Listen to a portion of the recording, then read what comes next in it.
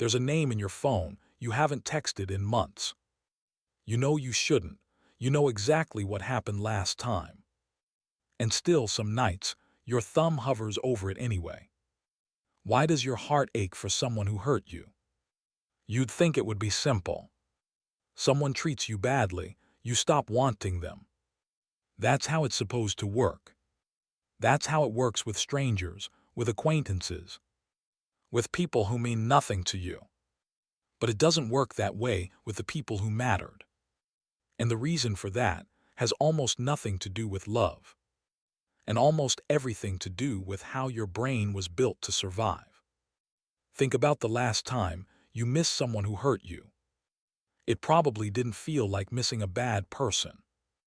It felt like missing a good moment. The way they laughed at something only you two found funny. The 3 good weeks before the 6 bad months.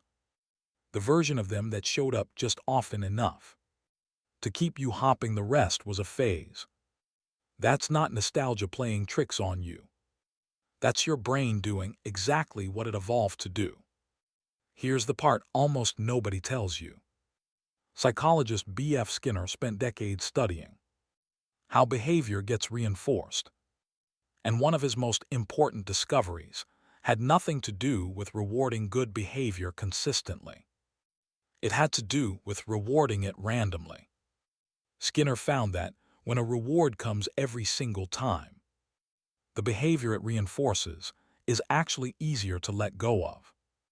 But when a reward comes unpredictably, sometimes yes, sometimes no, with no clear pattern at all, the behavior becomes almost impossible to stop chasing. He called it intermittent reinforcement. And it's the same mechanism that keeps people pulling slot machine levers long after they've lost far more than they've won. Now hold that idea next to a relationship where the affection wasn't steady, where kindness showed up just often enough to feel like it might come back, where you didn't know, walking into a room, whether you'd get warmth or silence. Your brain wasn't just hurt by that unpredictability. It was hooked by it. Not because pain feels good, because uncertainty makes your brain work harder to resolve it. And anything your brain works that hard for starts to feel important, whether or not it deserves to. Is that really different from missing someone who was simply good to you? It is, and here's where it gets uncomfortable. The steadier a good relationship is, the calmer your nervous system stays around it. Calm doesn't produce longing. Calm produces safety, which is wonderful to live inside of. But it doesn't leave the kind of ache that unpredictability does. So when you miss someone unstable more intensely than someone stable, it isn't proof they were better for you. It's proof your nervous system was more activated by them. Those are not the same thing, even though they can feel identical from the inside. There's a second reason this happens, and it comes from attachment research. Psychologist Mary Ainsworth, building on the work of John Bowlby, ran a series of studies in the 1970s known as the strange situation, watching how young children responded when a caregiver left the room and came back. What she found reshaped how psychologists understand connection for the rest of a person's life, not just childhood. Children who had caregivers who were inconsistent, sometimes attentive, sometimes distant, didn't become less attached to them.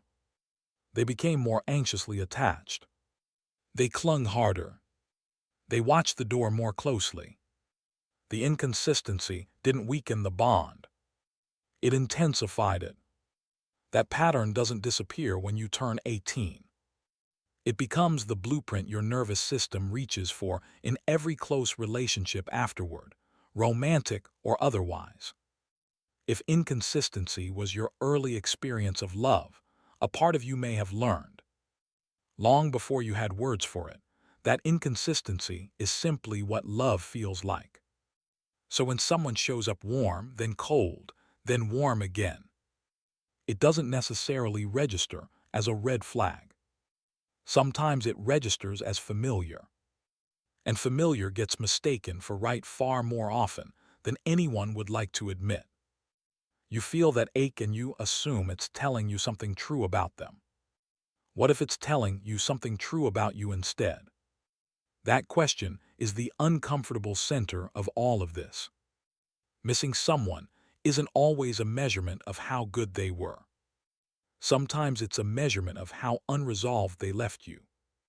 Psychologist Bessel van der Kolk, who has spent much of his career studying how the body holds onto unresolved experience, has described how the nervous system doesn't file away distressing relationships the same way it files away peaceful ones.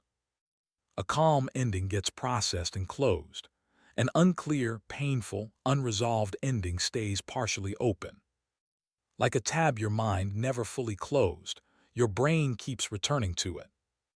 Not because it wants more pain, but because it's still trying to make sense of something that never got a clean explanation. That's why the person who ghosted you can occupy more mental space than the person who broke up with you kindly and clearly. Clarity, even painful clarity, lets your brain close the file. Confusion keeps the file open indefinitely. So what do you do with an ache like that? You don't fight it by telling yourself they were terrible, even if they were. Your nervous system doesn't process character judgments.